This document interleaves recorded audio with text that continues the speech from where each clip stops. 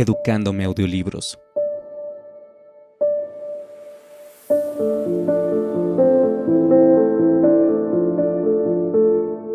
En el cuadro siguiente pueden encontrarse sistematizadas estas diferencias que acabamos de describir. Formas bipolares. Sustitutivas, en donde la bipolaridad se expresa por medio de síntomas físicos o conductas equivalentes. Mixtas. Un polo de la bipolaridad se manifiesta por medio de los afectos y el otro como equivalente conductual o somático. Afectivas, en donde la bipolaridad aparece como afectos de euforia y depresión de manera definida y alternada. A su vez, las formas bipolares tímicas pueden ser formas bipolares tímicas, neuróticas. La bipolaridad aparece sin que perturbe la conciencia de enfermedad y el juicio de realidad. Por otra parte, los síntomas son vividos como egodistónicos, como algo que no le pertenece. Borderline. La bipolaridad aparece con una mezcla de signos neuróticos y psicóticos en un mismo cuadro conjunto. Psicóticas.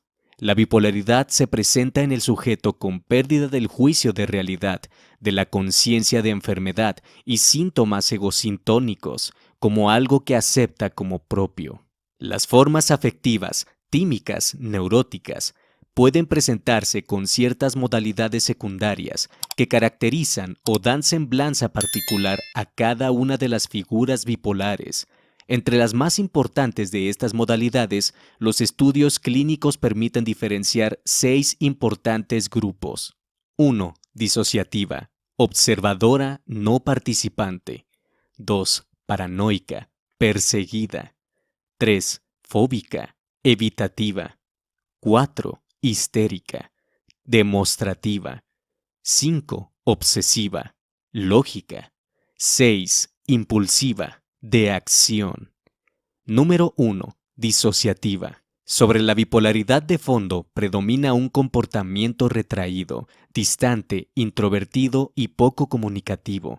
Son bipolares con tendencia a la intelectualización, la impenetrabilidad y el aislamiento, y con marcadas dificultades para aceptar ayuda. Existe un gran déficit psíquico en sus capacidades para la interacción con las otras personas. La observación sustituye, siempre que se puede, la participación en la vida cotidiana y social. Esto los lleva a que se vinculen más que con personas, con ideas, conceptos e ideales. Número 2. Paranoica. Aquí predomina la sensación de ser observado, controlado o perseguido. Su comportamiento suele ser rígido, intolerante, susceptible, irritable y orgulloso.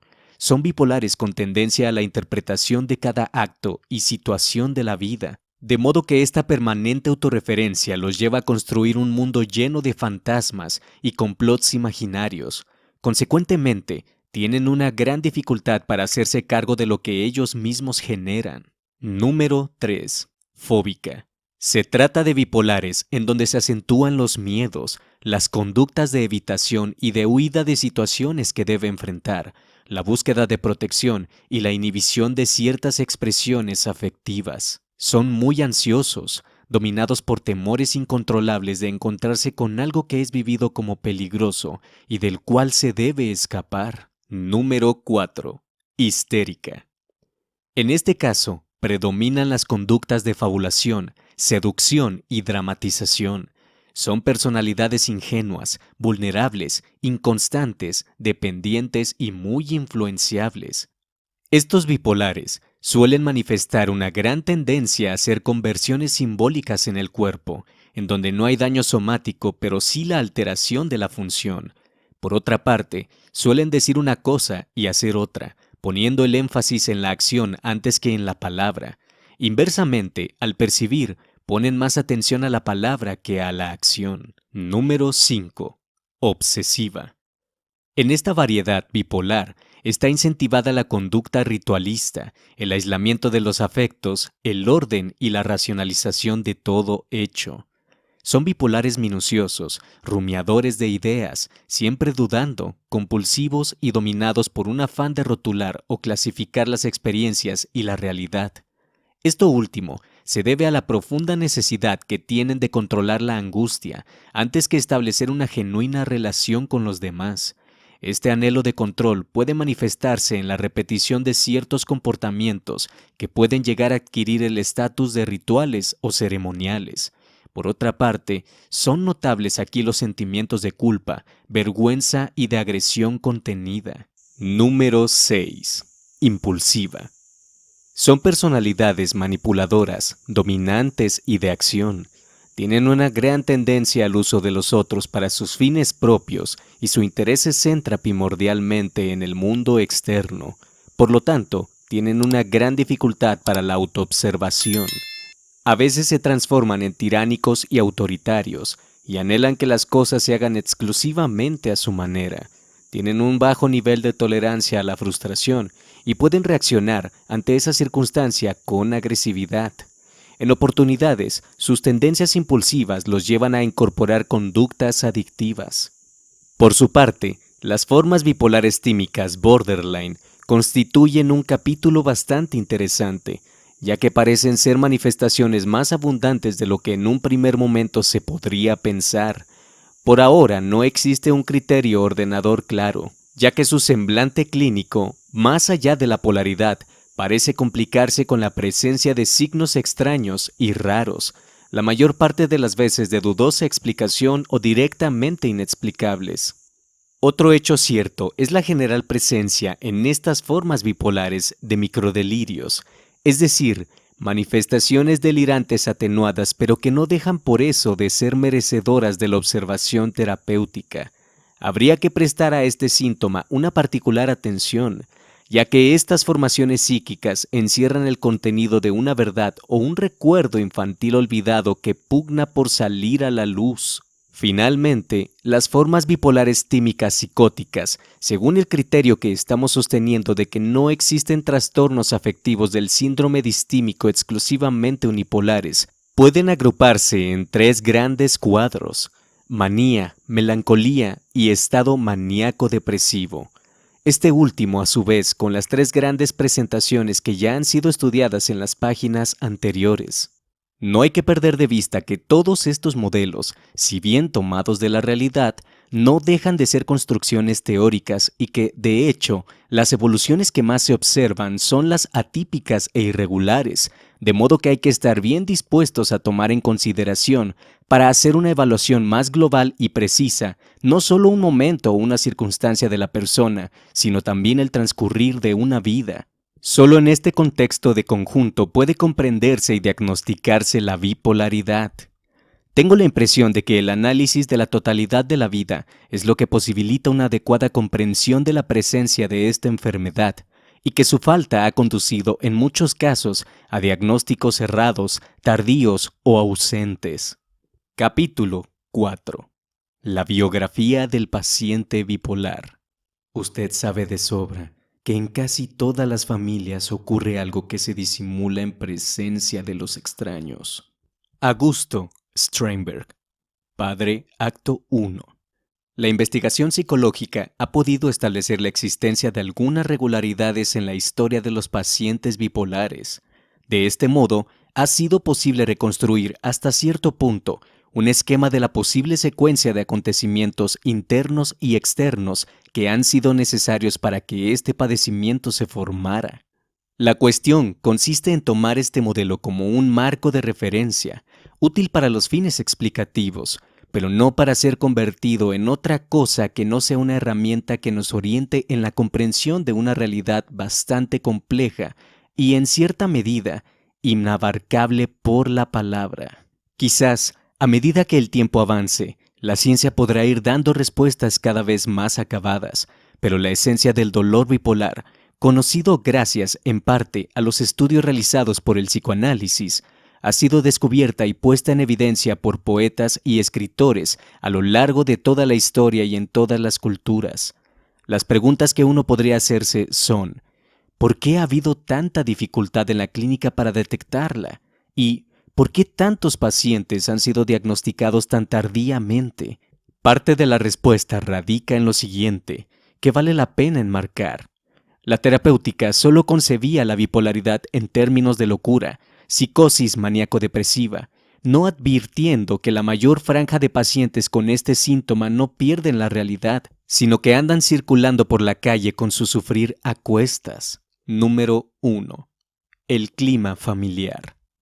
En general, los pacientes bipolares provienen de familias con un fuerte aislamiento en relación a su entorno. La falta de contacto social se justificaba en la conciencia del grupo familiar por causa de factores culturales, educativos, económicos, étnicos, de enfermedades u otros, y era percibida como algo de mucha importancia, frente a lo cual se debían desarrollar fuertes esfuerzos de sobreadaptación para lograr la aceptación del medio que lo rodeaba. Esto se traducía, por ejemplo, en una excesiva preocupación por lo que los vecinos y amigos pensaban de la familia y la búsqueda de prestigio mediante el crecimiento económico, intelectual, etc. Los niños educados dentro de este clima desplegaban entonces un estándar bastante estricto y elevado de buena conducta y una dependencia extrema acerca de las opiniones de los de fuera. Por otra parte, estos niños eran usados inconscientemente como medio para elevar la posición familiar. En este sentido, se encontraban devaluados como niños y sus logros financieros, académicos o de otro tipo solo adquirían importancia en la medida en que servían a la necesidad de elevar el prestigio de la familia. Melvin Sachs. La transmisión del mandato de adquirir prestigio era una función materna generalmente de una madre ambiciosa, que por otra parte desvalorizaba la figura del padre. Esto daba lugar a que el niño percibiera a la madre como la fuerte del grupo, como el referente de autoridad al cual había que dirigirse para obtener permiso y reconocimiento. En este contexto, el padre aparecía como afectuoso pero débil, y muchas veces era visto como fracasado, aunque realmente no lo fuese. La aceptación paterna de esta situación daba lugar a que en el alma del niño se gestase la creencia de que el padre no era un buen modelo para imitar e identificarse. Los padres del futuro bipolar demostraron, desde su concepción, un deseo de aceptarlo, cuidarlo y protegerlo, pero este deseo estaba más dictado por una exigencia moral que por un verdadero sentimiento de entrega. Los padres querían dar y proveer al niño de todo aquello que satisfaciera sus necesidades, educándolo progresivamente en la escuela de la receptividad, actitud que concluyó con establecer dentro de él una pauta mental según la cual hay que aceptar todo lo que se me ofrezca. Esto genera una absoluta dependencia del suministro de afecto y alimento de la madre, dependencia que luego se extiende a la totalidad de los adultos significativos y los valores que éstos le transmiten. Número 2. Los primeros tiempos de vida. La mayoría de los investigadores acuerdan que el futuro bipolar ha tenido una madre sobreprotectora que fomentaba desde los primeros tiempos de vida la dependencia completa de su hijo hacia ella y sus requerimientos. Al mismo tiempo, estas primeras etapas de vida estaban caracterizadas por un alto grado de bienestar, satisfacción y nutrición que le daban al bebé un cierto grado de seguridad y confianza. A medida que el niño crecía, su autonomía de movimiento y pensamiento aumentaba y se volvía rebelde. Esto generaba en la madre sentimientos de incomodidad y rechazo, los cuales, como consecuencia, la llevaban a un cambio de actitud hacia el niño. En forma relativamente abrupta, de ser una persona abnegada y cumplidora de su deber con el bebé, se volvía exigente. Esta nueva actitud de la madre, que ocurre a partir del segundo año del bebé, transforma radicalmente el medio ambiente del niño y lo deja expuesto a la posibilidad de severos traumas. La madre continúa cuidándolo, pero menos que antes, y le comienza a demandar obediencia. El chico recibirá afecto y cuidado siempre que acepte las exigencias de sus padres y viva de acuerdo con sus mandatos. ¿Qué representa este cambio para el niño? Comienza a sentirse ansioso y confundido, y su problema radica en no poder integrar las dos imágenes bien distintas de su madre. Por una parte, la vive como bondadosa, cordial, tierna y abnegada, y por otra, como demandante, poco afable, dura y castigadora. En su novela autobiográfica El amante, Marguerite Duras, refiriéndose a ese sentimiento ambivalente de amor-odio que tiene por su madre en la infancia, que luego determinará su tormentosa vida de adulta, escribe: En las historias de mis libros que se remontan a la infancia, de repente ya no sé de qué he evitado hablar, de qué he hablado.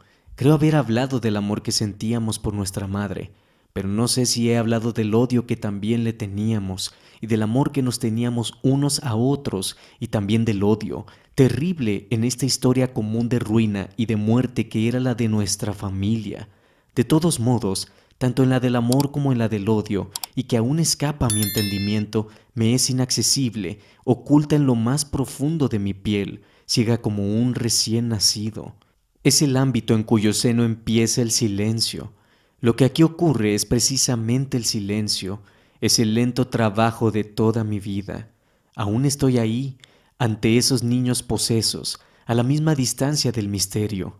Nunca he escrito creyendo hacerlo, nunca he amado creyendo amar, nunca he hecho nada salvo esperar delante de la puerta cerrada. Obsérvese de paso en la cita anterior el sentimiento de sincera y profunda desvalorización y de absoluto pesimismo en cuanto a la posibilidad de penetrar en su inconsciente, conocerse a sí misma y hallar la salida. Nunca he hecho nada salvo esperar delante de la puerta cerrada. Sin embargo, esta gran escritora incursionó con notable reconocimiento internacional, no solo en la literatura, incluso en el teatro, sino también como guionista de cine. Y tras una profunda crisis psíquica originada precisamente en su infancia y marcada por su adicción al alcohol, ella pudo emerger de ese padecer a través de haber logrado expresar su deseo, escribir. De ese deseo realizado surgirán no solo El amante, sino también otras dos obras maestras más, El hombre sentado en el pasillo y El mal de la muerte. Nunca sabremos si habrá sido feliz, si habrá sanado de su padecimiento psíquico, pero podemos sospechar que alguna forma de felicidad le habrá deparado ese algo que hizo para ser ella misma. Su escritura, su creativo intento por abrir su puerta interior y también para atravesar la de salida del infierno. De allí mi insistencia en que la bipolaridad es curable en la medida en el que el paciente puede ir despertando su creatividad dormida y expresándose, aún en medio de su inestabilidad emocional, y si se le permite desde la terapéutica y se lo acompaña a fluir libremente y sin miedo a su oscilación, si se atreve a, y lo dejan, pensar con el cuerpo, como dice Spinoza. Hay que tener en cuenta que el futuro bipolar fracasa cuando niño en la integración de estos dos aspectos complementarios de la realidad materna y no accede a la adaptación de la experiencia de la ambivalencia, que es la condición para cualquier persona de alcanzar un equilibrio emocional y psíquico estable y saludable. Por el contrario, los sentimientos positivos y negativos dirigidos hacia la madre y sus correspondientes aspectos yoicos van a funcionar desintegrados y llevarán existencias separadas. Es por esto que para mucha gente los bipolares parecieran ser dos personas diferentes, una bondadosa, otra destructora, que reflejan cada una estos aspectos internos separados o disociados. Hay otras experiencias que pueden llevar a la madre a un cambio de actitud con respecto a su hijo. Entre las más importantes está la presencia de un nuevo embarazo. La madre que fomentó la receptividad crea ante esta nueva situación un clima de expectativas y exigencias al cual el niño debe adaptarse, casi sin transición, para seguir siendo querido. Con el nacimiento de un nuevo hermano, las relaciones padre-hijo se transforman porque la misma fuerza que impulsó a los padres a cuidarlos los lleva a proveer lo mismo al nuevo hijo. No se trata de que los padres ahora lo descuiden, sino que al tener que compartir su tiempo, se ocupan de él de una manera distinta. El chico vive esto como un desengaño amoroso, vivencia que se transforma fácilmente en la de abandono y que tiene que ser manejada de tal forma que le permita adaptarse a la nueva situación y a las nuevas condiciones y exigencias que ésta le plantea. ¿Qué hace entonces? Básicamente, el niño necesita adaptarse a la nueva situación que se ha creado y lo hace aceptando las expectativas de sus padres, viviendo de acuerdo con ellas, no importa el costo que esto implique. Su sensación es que solo obedeciendo puede lograr conseguir el amor que gozaba siendo bebé, o por lo menos mantener el que está recibiendo en ese momento, ya que si no lo hace, va a ser castigado, la madre dejará de amarlo. Edward Glover señala: la ansiedad de ser incapaz de satisfacer las expectativas de sus padres se convierte en un sentimiento de culpa porque no ha cumplido con lo que esperaba de él. Cuando se siente culpable, espera el castigo, desea ser castigado porque el castigo es el menor de los males. Mucho más grave sería perder el amor de su madre. Si no es castigado, frecuentemente se esfuerza por autocastigarse. Pero toda esta situación genera en el niño complejos sentimientos de ira contra esos padres que lo han llevado a tener que asumir tantas responsabilidades que se manifiestan en frecuentes rabietas o enfermedades psicosomáticas. Pero la bronca, el resentimiento y el rencor, actuados o fantaseados, a su vez provocan sentimientos de culpa, remordimiento y desvalorización, estableciéndose así un círculo vicioso de oscilación entre el odio y el amor que sirve de base para la formación de la futura patología bipolar y del cual pareciera imposible poder escapar. Punto número 3. Los tiempos posteriores. Durante la niñez, el bipolar se destaca en su medio como alguien que posee cualidades y talentos especiales que lo hacen generalmente, en la realidad o en el imaginario colectivo, la persona más capaz de la familia. En él están puestas todas las ilusiones de los padres, especialmente la madre, y esto lo va llevando a que insensiblemente llegue a ocupar un lugar especial en su grupo, que le impone una carga adicional de responsabilidad, lo hace objeto de la envidia de sus hermanos y lo lleva incluso a competir con alguno de sus padres. El paso del tiempo no trae la pérdida de este espacio, por el contrario, parece aumentarlo y esto produce que el niño deba dedicar mucha energía en mantenerse en esta posición, defenderse de la envidia, dar satisfacción a las demandas crecientes de sus padres y a cumplir con el mandato autoimpuesto de elevar la posición familiar a través de sus logros personales, ya que se siente responsable de las dificultades, fracasos y éxitos que se producen en el seno familiar. Con el objeto de defenderse de la envidia, la rivalidad y los celos de los otros, el futuro bipolar adopta una actitud de modestia, humildad y timidez, tratando de no destacarse y estando siempre a la expectativa de lo que los otros piensan y desean. Esta máscara termina por hacer nacer dentro de él, cuando adulto, un fuerte sentimiento de insatisfacción y desconocimiento de sí mismo, así como conductas inauténticas que lo conducen a establecer vínculos y relaciones condenadas al fracaso, el tedio o la falta de placer. El mito de ser diferente y merecer ocupar un lugar especial le significó al niño, como podemos apreciar, el tener que pagar de grande un elevado precio, un sufrimiento bipolar que no lo abandonará en ningún momento y que lo marcará en todas las áreas de su vida, y una vivencia sobre su historia semejante a la que Gustavo Adolfo Bécquer plasmará en este poema que dice: mi vida es un erial, flor que toco se deshoja, que en mi camino fatal alguien va sembrando el mal para que yo lo recoja. Punto número 4. La adolescencia. La entrada del niño en la adolescencia lo coloca frente a una experiencia de pérdidas y exigencias. Debe separarse de los padres, la identidad y el cuerpo infantil, y estar dispuesto a transitar una etapa de indefinición e intensos cambios para los cuales no se encuentra totalmente preparado, porque la dependencia en la cual ha sido criado lo ha tornado hasta cierto punto un inválido para manejar su propia libertad. En este periodo es frecuente una actitud marcadamente pendular en torno a cuestiones morales y una intensa necesidad de ser aceptado y reconocido por sus pares y por los nuevos adultos con quienes se relaciona.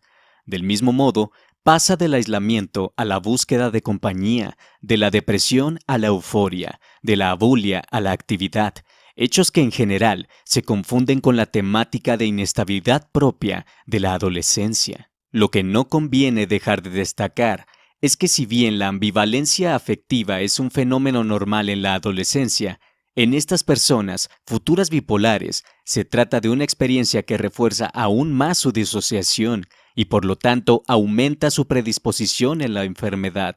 Esto lleva entonces al adolescente con base bipolar a comportamientos exageradamente pendulares, marcadas dificultades en construir su identidad y a cambios en la autoestima muy intensos que un ojo observador puede reconocer. Punto número 5. Los factores precipitantes. Las causas que desencadenan los primeros episodios bipolares están asociadas a pérdidas, ganancias, cambios de vida y otras situaciones en donde la dependencia de la persona está puesta en crisis y por lo tanto los modos seguros de funcionamiento se tornan en incertidumbre. Otra razón de peso son heridas en la autoestima, fracasos de planes y proyectos, pérdidas de amor. El futuro bipolar va en la vida reclamando afecto, cuidado y protección, y mientras estas demandas estén satisfechas, su estabilidad está preservada, pero ante la menor privación puede precipitarse en una fase de comienzo a veces maníaca, a veces depresiva. A esto habría que agregar la baja tolerancia existente en la predisposición bipolar a la frustración, que lleva fácilmente a esta persona a la crisis a partir de la cual las reiteraciones patológicas se hacen constantes. En general, cuando este proceso emerge, es raramente atendido como tal y la falta de una adecuada terapéutica aumenta los riesgos futuros de la enfermedad. Punto número 6. Consideraciones finales. Están aquí expuestas algunas de las regularidades históricas de la vida de los bipolares. Puede apreciarse que a lo largo de ella, aquellos van construyendo un modo de percibir y comprender la realidad basado en el termómetro del estado de su autoestima, que sube y baja de acuerdo con los suministros de afecto, reconocimiento, aceptación y cariño que recibe del mundo exterior. La dependencia lo hace vulnerable y un inválido para amar, producir y crear con libertad, autonomía y autenticidad. De modo que el bipolar es una persona que desea amar sin saber cómo hacerlo, anhela ser libre sin animarse a tomar la decisión de concretarlo, necesita producir de acuerdo con su interés sin sentirse capaz para hacerlo y busca crear sin ataduras a lo que el deber le dice que se espera de él, sin que se anime a romper los mandatos internos que lo limitan. Así, la decepción lo invade, la pérdida de autoestima aumenta, y siente que nunca podrá salir de la cárcel que lo encierra, sin darse cuenta de que los barrotes que lo aprisionan, solo él los mantiene imaginariamente allí, y que puede, con esfuerzo y trabajo interior, romperlos y ser al fin libre.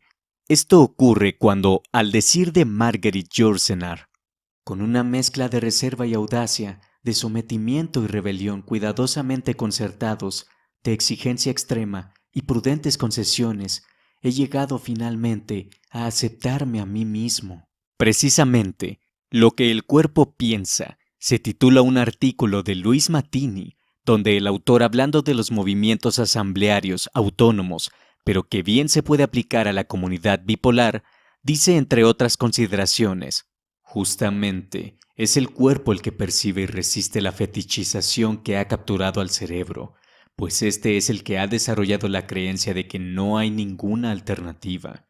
Cuando la gente encuentra la alternativa que antes le estaba velada, se pone en movimiento y el deseo supera la limitación de la conciencia. La conciencia es el estrecho pensar del cerebro, el deseo es toda la potencia del pensamiento del cuerpo, porque esa falta de creencias en alternativas no se debe tanto a la falta de imaginación, inteligencia, ni siquiera conocimientos, como a la persistencia de un sistema de creencias llamado conciencia, que les ha dicho cuál es el lugar de cada uno en el mundo. Hay que romper con la conciencia para dar lugar al deseo y liberar las fuerzas creadoras de la multitud. Aquí sustituiríamos del bipolar, quien debe resistir al poder de la psiquiatría que lo obliga a no oscilar, es decir, a ser estable como se debe ser en esta sociedad cambiante. Vaya contradicción.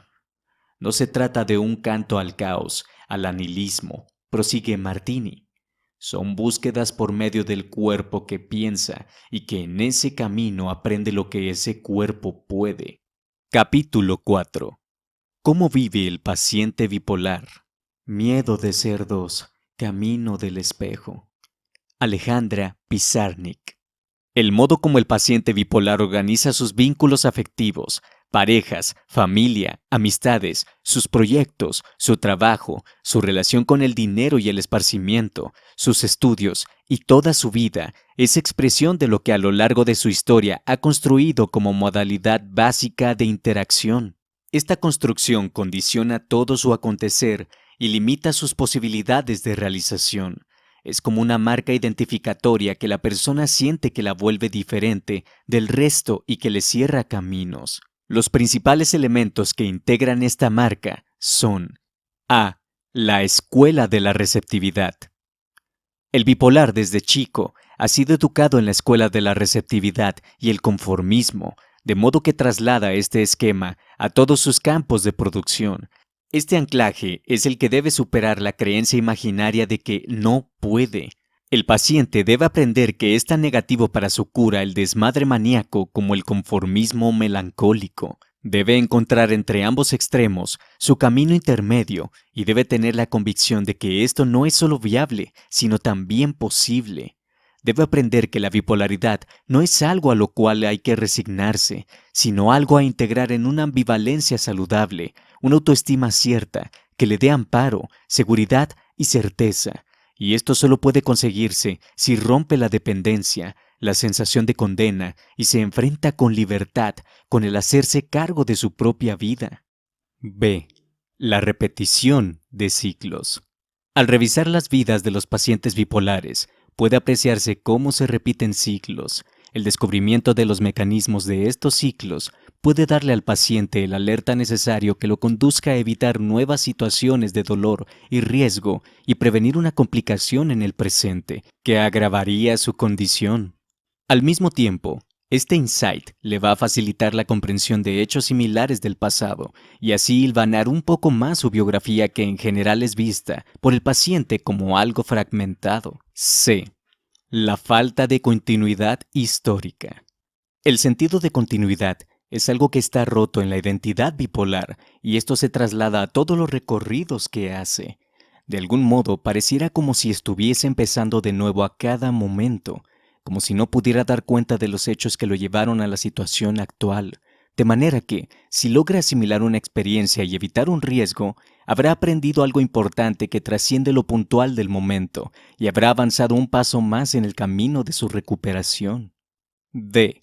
El hecho adictivo.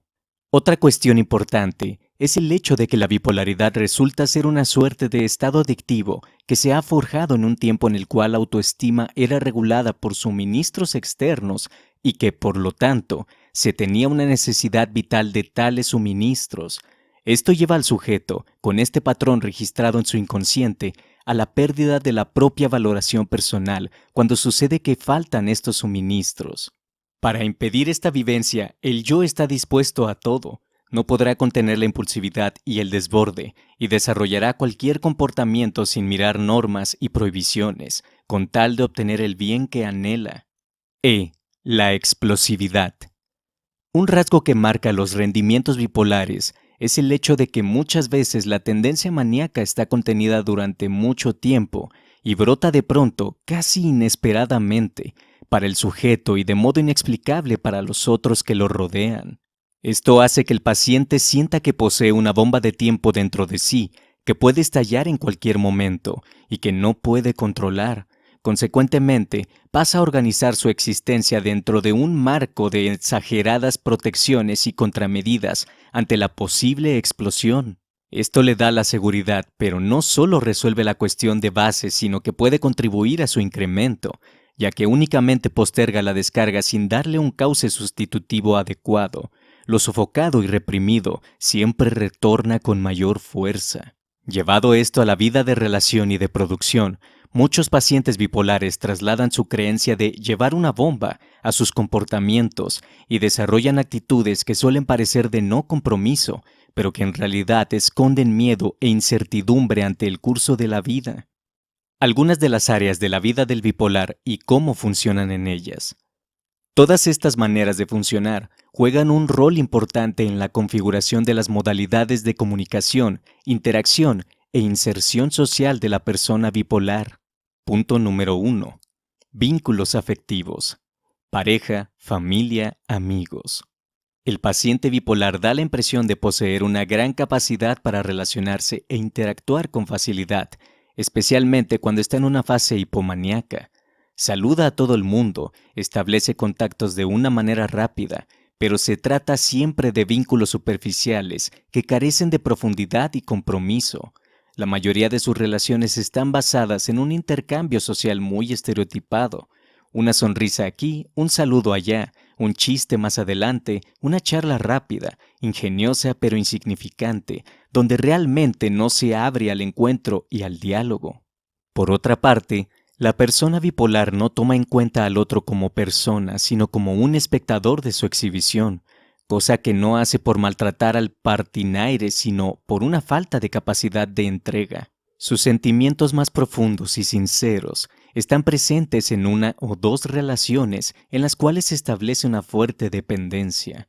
La dependencia se manifiesta aquí en una continua y exagerada demanda de afecto, cuidado y atención, demanda que siente que corresponde que sea satisfecha, en parte por la gran necesidad de que ella tiene y en parte por su disposición a sacrificarse por la otra persona. Sin embargo, solo tiene una posibilidad mínima de corresponder en la misma moneda a la otra persona cuyas necesidades no puede percibir fácilmente.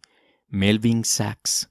Esta actitud lo conduce lógicamente al desengaño y a la decepción, ya que nadie puede darle lo que su exagerada demanda pretende. Se inicia entonces un círculo en el cual pasa del desengaño a sentirse rechazado y abandonado, del descenso de la estima a la caída en la aflicción o la negación maníaca.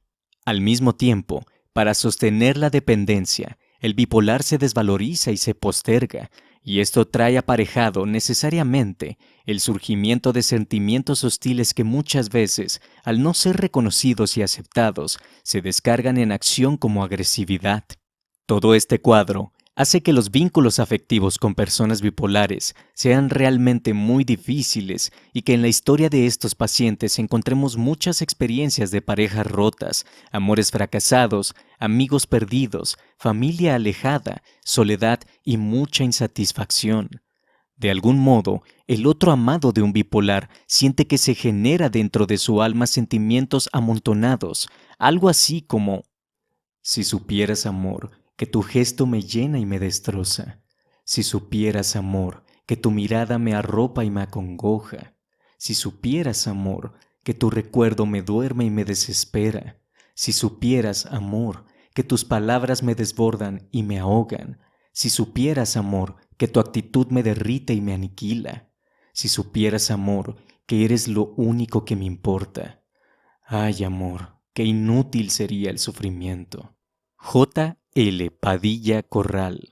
Curiosamente, la gran necesidad de ser amados que los bipolares tienen los conduce a continuar la búsqueda una y otra vez, pero el secreto de la superación de su padecer reside en que puedan detenerse y aprender que deben transformar su dependencia, su desvalorización y su necesidad receptiva de ser amados en una actitud donde importe más el amar, el dar y el entregarse.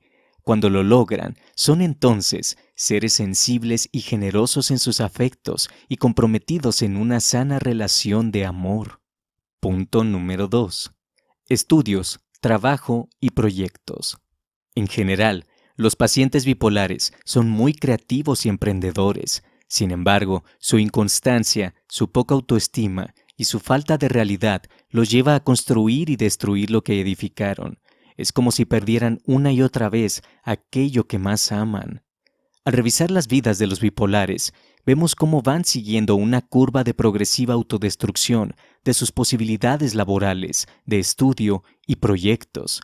Van logrando con sus comportamientos inestables que la gente les pierda confianza en sus capacidades, pero lo más significativo es que el bipolar busca desesperadamente establecer relaciones de trabajo en las cuales los otros sean buenos con él, lo protejan y lo nutran, contaminando de esta manera las relaciones laborales y o de estudio, a las cuales traslada los modelos infantiles que aprendió en el seno familiar. Por otra parte, la oscilación humoral hace que sean impredecibles y produzcan a borbotones. A veces trabajan incansablemente, otras se abandonan en la bulia y la falta de ganas. Esto le genera muchas complicaciones y, en general, reduce sus posibilidades de crecimiento profesional. El paciente bipolar debe aprender a seguir un ritmo y una disciplina de estudio y trabajo, a los cuales debe dedicarle cierto tiempo para cumplir estas funciones, ni más ni menos, a pensar antes de actuar, a reflexionar mucho antes de decidir y mirar las consecuencias concretas de sus decisiones. Punto número 3. El dinero. El dinero es energía y es afecto para el bipolar. En general, esta es una área muy problemática, especialmente en las fases maníacas. La falta de límites, el derroche, el gasto desmesurado e imposible de sostener, el endeudamiento son como constantes que desnudan la omnipotencia bipolar y, más profundamente, la incapacidad del bipolar de saber qué hacer con el afecto. Lo que hizo y hace un bipolar con el dinero no es ajeno al resto de lo que hace con su vida. En este manejo del dinero hay mezclados sentimientos de culpa, de desamparo, dependencia y desesperación. Quedarse sin dinero es como buscar que otros se hagan cargo, es una especie de suicidio de las propias posibilidades de autonomía. En muchos pacientes, el elemento central del derroche de dinero es defenderse de la depresión. En otros, la búsqueda de reconocimiento y aprobación. En los más, el levantamiento de la autoestima. Pero al hablar del dinero, no solo hay que hablar del derroche, sino también de la dificultad para generarlo, que se recuesta sobre el polo depresivo de la pendularidad. Entre uno y otro costado, el bipolar debe aprender que el dinero no es amor y que no le puede dar lo que desde sus carencias y necesidades reclama, porque aunque lo consiga no alcanza, porque no es el dinero lo que verdaderamente anhela. Capítulo 7. La filosofía bipolar. Yo soy medianamente bueno, y con todo, más valiera que mi madre no me hubiera echado al mundo.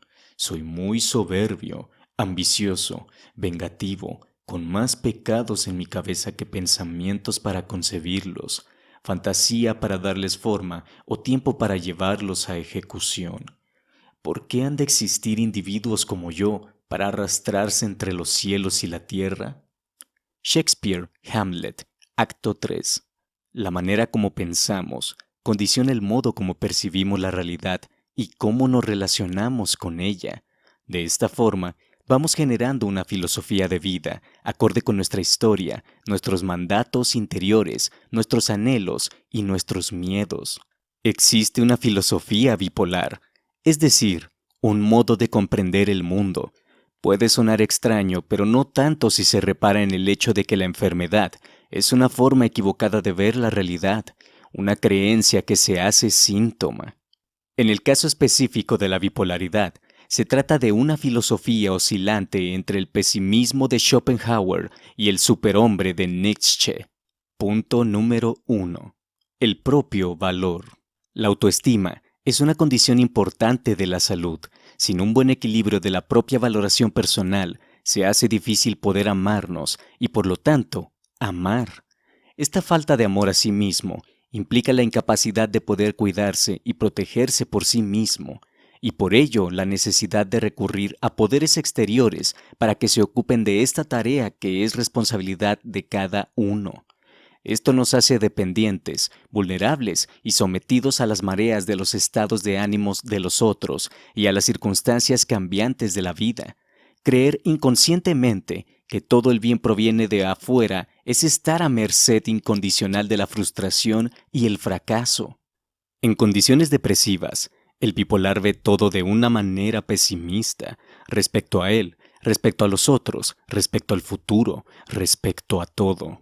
Sus frases serán: no puedo, no soy capaz, no hay futuro para mí, no valgo nada, nadie me quiere, me siento solo, soy un fracaso, todas las puertas están cerradas. Y no se trata de frases armadas, sino de reales creencias que incluso pueden llevar al paciente a la autodestrucción. Es bueno recordar aquí un comentario que en 1946 hacía Ortega y Gasset. Las creencias son todas aquellas cosas con que absolutamente contamos, aunque no pensemos en ellas. De puro estar seguro de que existen y de que son según creemos, no nos hacemos cuestión de ellas, sino que automáticamente nos comportamos teniéndolas en cuenta. Cuando caminamos por la calle, no intentamos pasar a través de los edificios, evitamos automáticamente chocar con ellos sin necesidad de que en nuestra mente surja la idea expresa. Los muros son impenetrables. En todo momento, nuestra vida está montada sobre un repertorio enorme de creencias. Las creencias son viejas ideas, algunas tan antiguas como la especie humana, pero son ideas que han perdido el carácter de meras ideas y se han consolidado en creencias. El hombre está siempre en la creencia de esto o de lo otro, y desde esas creencias, que son para él la realidad misma, existe, se comporta y piensa. En nuestras creencias nos movemos, vivimos y somos.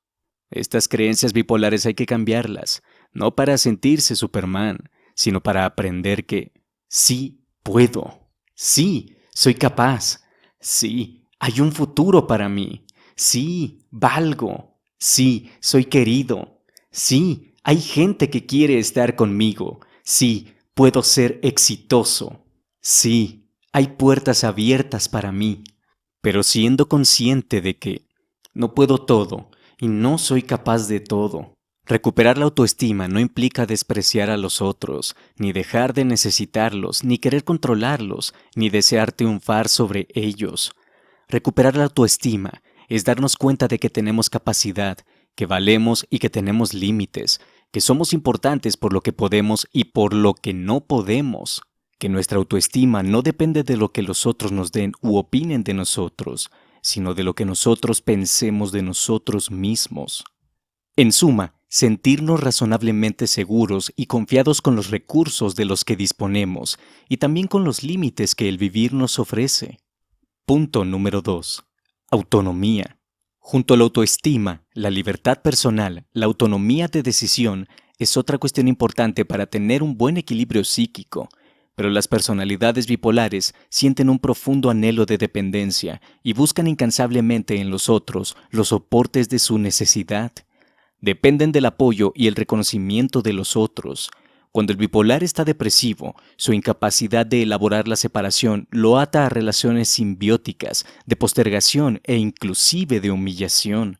Siempre está temeroso de la partida del otro. Si está atravesando por su fase maníaca, niega toda necesidad, niega todo dolor de la pérdida. No necesita nada, nadie importa. Pero la vida no ha de ser ni dependencia ni falta de necesidad de los otros. Entre ambos extremos, la libertad es una herramienta que el hombre debe construir. Solo tenemos que centrarnos en lo que sentimos que debe ser nuestro recorrido, sin interferir y sin dejar que interfieran en ese camino. El bipolar no puede decidir por sí mismo, busca la opinión de los otros y hace lo que los otros le dicen. Por lo tanto, nunca aprende porque no es él el que asume el compromiso de elegir. El bipolar debe aprender a comprometerse con sus propias elecciones y hacer cargo de la angustia que éstas pueden generar. Punto número 3. Integrar las polaridades. El bipolar no puede integrar los aspectos contradictorios de la realidad interna y externa. No puede asimilar el hecho de que las cosas son buenas y malas simultáneamente, que una persona puede ser frustrante y gratificante, que no hay nada en la vida que no sea de este modo, que no sea ambivalente. Sometido a esta imposibilidad, su yo no puede afirmarse en ningún lugar. Vive saltando de la euforia a la tristeza, del amor al desamor, de la plenitud al desengaño. Así, el bipolar debería integrar las polaridades de su vida, debería trabajar en estos aspectos de sí mismo que lo esclavizan a un comportamiento pendular bastante doloroso. Su creencia más arcaica es que el universo funciona así, blanco o negro. Debe cambiar esta creencia y empezar a notar que los hombres grises, la vida gris, el mundo gris son los hombres, la vida y el mundo reales. Lo demás es creencia que lo enferma. Punto número 4. La lección para aprender. Todos estamos en esta vida para aprender lecciones, para evolucionar y crecer. Los síntomas son señales de tareas que debemos realizar, de cosas que tenemos que asimilar, de conocimientos que debemos incorporar. La enfermedad posee un sentido que tiene que ver con la misión y el proyecto de nuestra vida. El bipolar carece de proyecto propio. Vive la vida que le escribieron. Debe aprender a liberarse de las ataduras que le hacen vivir una vida que no es la suya. Debe aprender a desprenderse, a equilibrarse, a no tener miedo de ser él mismo, a aceptar que su sufrimiento es una experiencia maestra que, en la medida en que se metabolice, le permitirá avanzar en el sendero de la individuación. La recuperación del paciente bipolar reside no tanto en la buena medicación, no solo en un tratamiento psicoterapéutico o en todos los recursos de que hoy disponemos, sino muy especialmente en que pueda construir un proyecto en el cual él sea el artífice de su propio destino, pero no con la omnipotencia del pensar todo lo puedo, sino con el descubrimiento de que hay algo dentro de uno mismo, una fuerza realizadora, no de todo, pero sí de lo suficiente para hacernos felices, estables y ambivalentemente adultos. Por eso, parece posible que el abordaje de la bipolaridad tenga más que ver con la capacidad de diseñar un futuro realizable que dé sentido a la vida, que con la psicofarmacología, que buena ayuda da, pero que no tiene en sus fines enseñar lo que verdaderamente el bipolar debe aprender, que es: puedo ser feliz, merezco ser feliz, soy digno de ser feliz, no a pesar de mi historia, sino a partir de ella. Y porque después de todo, como dice Fernando Pessoa, la esperanza es un deber del sentimiento. Capítulo 8. Las 7 caras del alma bipolar. El error consiste en suponer que lo que irradia luz deja de existir si se lo explica desde el punto de vista de la oscuridad. Carl Gustav Jung. El psicólogo Carl Gustav Jung creó un interesante modelo de comprensión de la personalidad. Según su esquema, el psiquismo de cada persona estaría integrado por 7 funciones complementarias que en su conjunto describirían la totalidad del alma humana. Estas funciones son: la sombra, lo que somos en tanto desconocemos que somos; la máscara, lo que somos en tanto imagen para los otros; el yo, lo que somos en relación a nosotros mismos; el ánima, lo que somos en cuanto a estados de ánimo y afectos; el animus, lo que somos en cuanto a ideas, pensamientos y juicios; la plenitud, lo que somos en tanto aún no realizado, y el sí mismo, lo que somos como aspiración de totalidad e integración. Esta visión puede aplicarse a la dinámica de la bipolaridad y permite enriquecer de un modo significativo las perspectivas que podemos hacernos de lo que pasa dentro del mundo de un paciente que padece este sufrimiento. Vamos a ejemplificar a continuación cada función con un caso clínico antes de explicar brevemente en qué consiste cada instancia psíquica de las mencionadas y cómo actúa en el caso concreto de la bipolaridad. Punto número 1. El abismo del mar. Roberto es un hombre de 30 años, profesional. Ha venido a consultar porque desde hace más de 5 años suele tener un sueño reiterado, una pesadilla que lo atormenta. Sueña que desciende nadando hacia el fondo del mar y que, a medida que se sumerge, todo va poniéndose cada vez más oscuro y él se queda sin respiración y se ahoga. Se despierta habitualmente a los gritos, bañado en sudor y temblando de miedo. Roberto está casado recientemente. Su mujer se preocupa mucho por su salud. Es único hijo y sus padres murieron en un accidente de aviación cuando él tenía 20 años. Relata episodios de violencia familiar muy terribles. Su padre era alcohólico. En esas circunstancias, él se sentía lleno de temor, amenazado en su existencia, como si el padre, tambaleándose por el alcohol, fuese a matarlo. Muchas veces fantaseó con vengarse del padre, con destruirlo, y cuando éste murió, Roberto cuenta que sintió alivio. Los peligros se habían disipado. En la base de su cuadro clínico existe un continuo y oscilante humor que lo lleva de la depresión a la euforia muy frecuentemente. Varios psiquiatras lo han diagnosticado como bipolar o cosa parecida, pero él siente que no han logrado darle en la tecla con la medicación adecuada. Muchas veces, un terrible dolor de espalda lo aqueja. Lo supera con masajes, pero su espalda grita cada vez más seguido. El sótano de su vida, de su personalidad, parece ya hastiado de estar en la oscuridad. Quiere salir a la luz, pero Roberto está como atrapado entre su espalda, que grita su necesidad de conciencia y un temor a ahogarse si ve lo que hay en las profundidades de su alma y de su inconsciente. Roberto necesita imperiosamente poder sumergirse en las profundidades de su mar para ver lo que hay en el fondo, sin sentir que sus pulmones se cierran o que su humor se desestabiliza. Roberto tiene miedo de su sombra, de su agresión, de sus pulsiones que pueden desbocarse, pero está dispuesto a intentar descubrirse. ¿Qué es la sombra? La sombra simboliza nuestra cara oculta y rechazada. Jung la denomina nuestro hermano de la oscuridad que, aunque invisible, forma parte de nuestra totalidad. Representa el aspecto inadaptado del hombre por oposición a la persona que actúa como lo inadaptado. Todo lo que el sujeto no quiere ver, que rechaza de sí mismo, rasgos de identidad que resultan penosos de aceptar, lo repudiado, el negativo de nuestra personalidad configuran el núcleo de la sombra.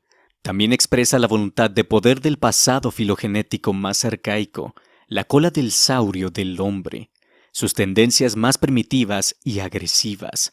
En suma, los aspectos siniestros de todo sujeto, todas las facetas que el individuo no reconoce y no quiere reconocer de sí mismo, que desecha como algo que no le pertenece. La función de la sombra está ligada a la sobrevivencia. Cohesiona en un mismo complejo todo lo que el sujeto rechaza. Es la fuente de la fuerza agresiva de la dinámica psíquica. Desde su seno es de donde surge la enfermedad. Los síntomas son el retorno de lo suprimido de la conciencia que vuelve. La energía de dominio sobre los semejantes surge también de la sombra, del mismo modo que da la fuerza para luchar por la vida. Enfrentar la sombra es darse la posibilidad de reconocer las cosas ocultas y rechazadas como propias y entender que hasta tanto no las integremos estamos incompletos y mutilados. La sombra bipolar. En el caso de los pacientes bipolares, el aspecto central de la sombra que se destaca es el desborde. Los pacientes bipolares sienten como si llevaran una bomba de tiempo dentro de sí que no pueden contenerse, que se descontrolan y que ciertas conductas se les imponen como si en esos momentos fuesen otras personas. Punto número 2. El espejo. María hacía poco que había llegado a Buenos Aires desde otro país latinoamericano. Se sentía un poco fuera de lugar, pero no era este su problema. Cuando empezó su tratamiento, tenía poco más de 25 años, soltera y a cargo de una empresa familiar que tiene una sucursal en la Argentina. Mujer emprendedora, activa, pero prisionera de un temor: envejecer, arrugarse. No había tenido buenas experiencias en sus relaciones de pareja. Siempre caía en la reflexión de que no era lo suficientemente linda como para ser atractiva, que necesitaba mejorar su rostro y su figura. En esa época mantenía una dieta estricta, hacía gimnasia y trabajaba su cuerpo y su cara con toda crema que caía en sus manos. Invertía mucho tiempo en su arreglo personal y siempre parecía como recién salida de un salón de belleza. María sufría mucho. Por momentos se sentía fea y desvalorizada. Temía ser rechazada y muchas veces la vergüenza por su cuerpo se apoderaba de ella. Comenzaba entonces un ciclo de búsqueda de perfeccionismo, retraimiento, angustia y sentimientos profundos de inadecuación. El inicio del tratamiento la condujo a una crisis muy intensa. Por momentos parecía estar peor, se veía desagradable y oscura, deseaba morir, no veía nada lindo en ella. En uno de los peores días de este tránsito, tomó un espejo que tenía en su dormitorio, lo rompió contra el piso y se puso a llorar. Paulatinamente, luego de esta crisis, comenzó a ver las cosas de otro modo. Empezó a darse cuenta de que la verdadera belleza está en el corazón, pero también a reconocerse, a mirarse tal cual era, una linda mujer. Los espejos dejaron de ser espacios virtuales que le devolvían una imagen poco valorable, para convertirse en portavoces de lo que sus ojos veían. Así, María pudo librarse de la máscara que no le permitía mostrar su verdadera esencia, su yo real y auténtico. ¿Qué es la máscara? La máscara o persona es la forma de simular individualidad. Es el resultado de la transacción entre el sujeto y la sociedad. Sin duda, es un mediador que protege al individuo en sus relaciones, pero que oculta lo que verdaderamente el sujeto es en función de una aceptación social. Esto le da a la persona un marcado tono de inautenticidad que en algún momento lleva a un enfrentamiento entre lo externo aparente y lo interno verdadero. Básicamente, la función de la máscara es cubrir, defender al sujeto de los impactos y presiones sociales, protege la intimidad y da resguardo a sus aspectos privados o que el sujeto, de un modo no muy consciente, desea esconder. La máscara también determina la imagen o ideal consciente del sujeto que lo guía en el modo en el cual debe presentarse ante sus semejantes, en sus relaciones vinculares, en todo lo que resulta favorable. El contacto con la máscara nos enseña a reconocer que la apariencia no nos hace más aceptados, que el ser es algo diferente del parecer. La máscara bipolar. En los bipolares, la inautenticidad es un sentimiento bien importante. Han sido criados para no ser ellos mismos, sino para impactar ante otros. De este modo, sin quererlo pero sin poderlo evitar, resultan quedar prisioneros de personajes que crean, que forman parte de su enfermedad y que no les permiten acceder a una vida plena, feliz y auténtica. Punto número 3. El pájaro. Carla entró en el consultorio con temor. Sus facciones, sus gestos denotaban que algo la angustiaba y preocupaba en extremo. Le pregunté por ello. Me asustan las cosas que adivino. A veces alguien me da la mano y yo siento que sé cosas y luego son como las presiento. Me asusta mucho lo que me pasa. Carla se calla y al rato vuelve sobre el tema. Es como si no me pudiera manejar, como si otro dentro de mí misma actuara en lugar mío. Me siento partida, dividida. Desde chica, Carla vivió esta circunstancia. Sus capacidades intuitivas la llevaban a conocer y registrar cosas que su conciencia no podía controlar y entender. Muchas veces durante su vida y durante su tratamiento se preguntó, ¿quién soy yo? ¿Cuál es mi identidad? Durante unos meses el tratamiento le proporcionó una gran apertura y equilibrio, y sobre todo, la capacidad de aceptar y usar positivamente las potencialidades que la vida le ofrecía. Un día dijo, me siento como un pájaro que aprendió a volar. Me siento segura de mí misma. La realidad ya no me aterra. Me doy cuenta de que existen otros continentes dentro de mí que debo descubrir, pero ya no me asustan.